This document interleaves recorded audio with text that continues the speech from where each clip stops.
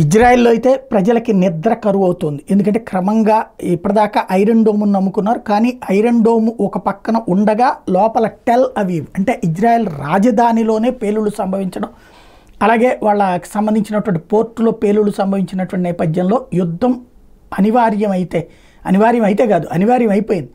రాబోయే రోజుల్లో ఎలాంటి పరిణామాలు ఎదురవుతాయి అన్నటువంటిది. రాత్రి పగలు నిద్రలు కరువు అవుతున్నాయి. బంకర్లకి పని చెప్తున్నారు. చాలా వరకు అక్కడ ఇళ్లలో బంకర్లు ఉంటాయి. అవి కాకుండా బంకర్లు లేనటువంటి వాళ్ళు ఇప్పుడు ఎలా అన్నటువంటిది అంటే బంకర్ల దగ్గరికి వెళ్ళి పడుకోవాలి అక్కడ.